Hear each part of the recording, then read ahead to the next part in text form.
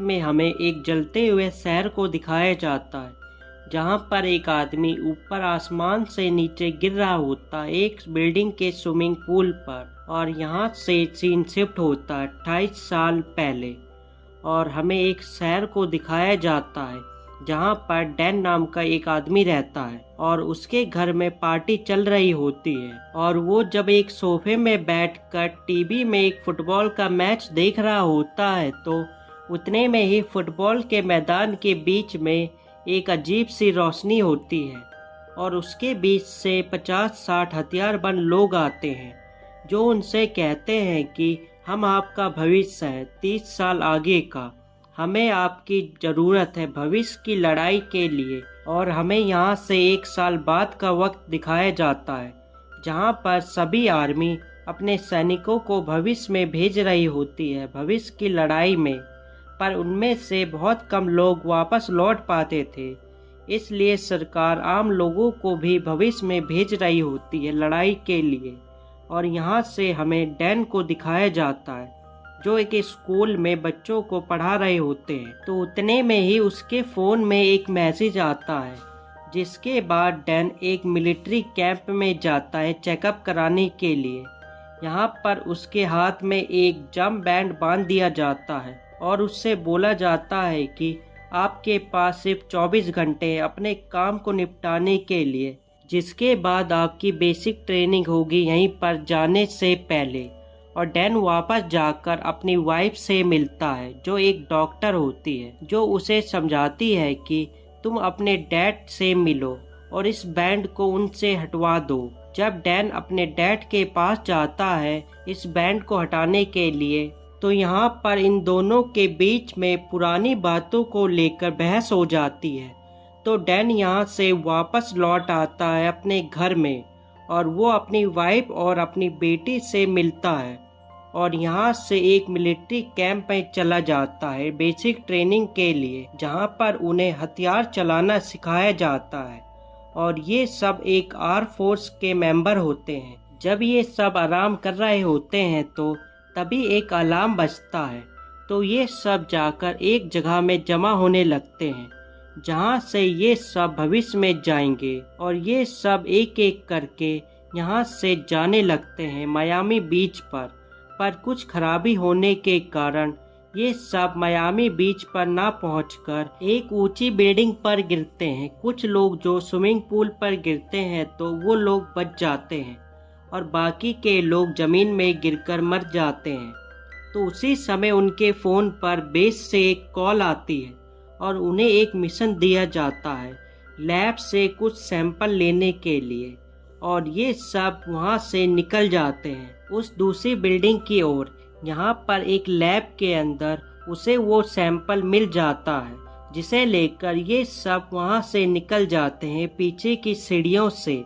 पर उन्हें एक एलियन उन्हें देख लेता है जो उनके ऊपर हमला कर देता है और ये भी उन पर लगातार अपनी बंदूकों से गोलियां चलाते हैं। पर उनमें से एक एलियन को डैन एक कुल्हाड़ी से मार देता है और ये सब एक सड़क में भाग रहे होते हैं। और तभी उन्हें बचाने के लिए आर्मी की कुछ गाड़ियां आती हैं, पर उनके ऊपर एलियन हमला कर देते हैं और उनकी गाड़ियों को पलटा देते हैं और डैन की टीम पर भी हमला करते हैं और वो भी उन पर गोलियां चलाते हुए वहां से भागते हैं, क्योंकि वहां पर अब बमबारी होने वाली होती है। जिसके बाद वो जा पहुंचते हैं एक मिलिट्री कैंप पर।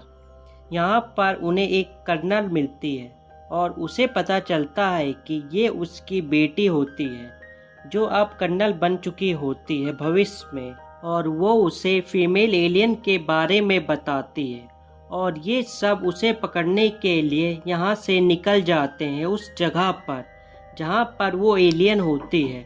और वो सब उसे पकड़ने की कोशिश करते हैं, पर डैन जो हेलीकॉप्टर में बैठा होता है वो भी उसे पकड़ने के लिए नीचे उतर जाता है और ये सब बहुत मुश्किल से उसे एक पिंजरे में बंद कर देते हैं और उस पिंजरे को एक हेलीकॉप्टर में बांधकर यहाँ से ले जाते हैं। पर उतने में ही वहाँ पर बहुत सारे एलियन आ जाते हैं और डैन और उसकी बेटी यहाँ से एक गाड़ी की मदद से उन सब को मारते हुए वहाँ से निकल जाते हैं एक बीच के किनारे पर। और यहाँ पर एक हेलीकॉप्टर आकर उन दोनों को वहाँ से ले जाता है एक बेस कैंप पर, जो एक समुद्र के बीच में बना होता है। और यहीं पर वो जंप लिंक भी होता है, जिसकी मदद से लोग भविष्य से आ जा सकते हैं। और यहाँ से ये लोग एक लैब में जाते हैं, जहाँ पर वो फीमेल एलियन भी होती है। और ये लोग उस पर बहुत सारे टेस्ट करते हैं, जिससे वो एक जहर बना सके, जिसकी मदद से वो लोग इन एलियन को मार सके। और काफ़ी टेस्ट करने के बाद ये लोग वो जहर बना लेते हैं, जिससे वो उसको मार सके। और तभी उनके बेस पर एलियन हमला कर देते हैं और उन्हें वो बम भी नहीं रोक सके, जो उन लोगों ने उन्हें मारने के लिए समुद्र में लगाए होते हैं। वो एलियन लाखों की संख्या पर इन पर हमला कर देते हैं और डैन और उसकी बेटी उनसे छुपते हुए उनसे भाग रहे होते हैं। पर लैब में कुछ एलियन आकर उस फीमेल एलियन को छुड़वा लेते हैं और वो एलियन इन दोनों को ढूंढने लग जाती है उन लोगों को मारने के लिए। पर ये दोनों उन पर हमला कर देते हैं और वहाँ से निकल जाते हैं। पर उतने में ही एक एलियन आकर पर हमला करके डैन की बेटी को घायल कर देता है। तो डैन उसको वहाँ से ले जाने लगता है अपने साथ। पर तभी एक एलियन आकर उस पर हमला करता है और उसकी बेटी को अपने साथ ले जाने लगता है।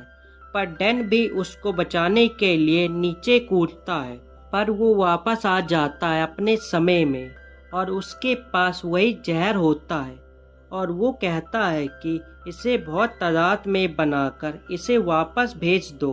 पर अब वो पुल भी नहीं रहा जिससे हम भविष्य में आ जा सकते हैं। और यहाँ से वो अपने फैमिली के पास जाता है, जो उसे समझाती है कि तुम्हें अपने दिल की सुननी चाहिए।